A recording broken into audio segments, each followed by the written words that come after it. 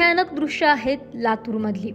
लातूर जिल्ह्यामध्ये एक अत्यंत क्रूर आणि अंगावरती काटा आणणारी घटना समोर आली आहे। औसा सोलापूर महामार्गापासून अवघ्या 500 मीटर अंतरावरती असलेल्या वानावडा रस्त्यावरती उभी असलेली एक कार तब्बल 4 तास जळत होती।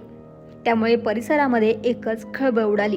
शनिवारी रात्री 11:30 ते 12 वाजच्या सुमारास ही कार रस्त्यावरती जळत असताना काही नागरिकांच्या लक्षात आलं। आगीचे लोळ आणि धुराचे लोट दूरवरून दिसत होते। नागरिकांनी लगेच 112 वरती फोन करत आपत्कालीन क्रमांकावरती या घटनेची माहिती दिली। अग्निशमन दलाच्या मदतीने आग आटोक्यात आणण्यात आली, मात्र तोपर्यंत कार पूर्णपणे जळून खाक झाली होती। यानंतर कारची पाहणी जेव्हा केली तेव्हा आतमध्ये एका व्यक्तीचा मृतदेह जळून आढळला।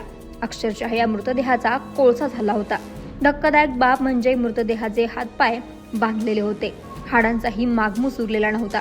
त्यामुळे हा अपघात नसून पूर्वनियोजित आणि अत्यंत क्रूर घातपात असल्याचा संशय पोलिसांना बळावलाय।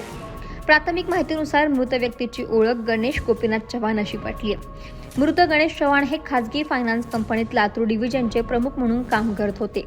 या हत्याकांडामध्ये अनैतिक संबंध, आर्थिक व्यवहार किंवा अन्य कोणताही गुन्हेगारी कट आहे का याचा सखोल तपास सध्या पोलीस करतायत। प्राथमिक अंदाजानुसार अनैतिक संबंधांच्या संशयावरूनच हा खून झाल्याची शक्यता वर्तवण्यात येते। त्यामुळे आता पोलीस तपासामध्ये काय समोर येतंय हे पाहावं लागेल।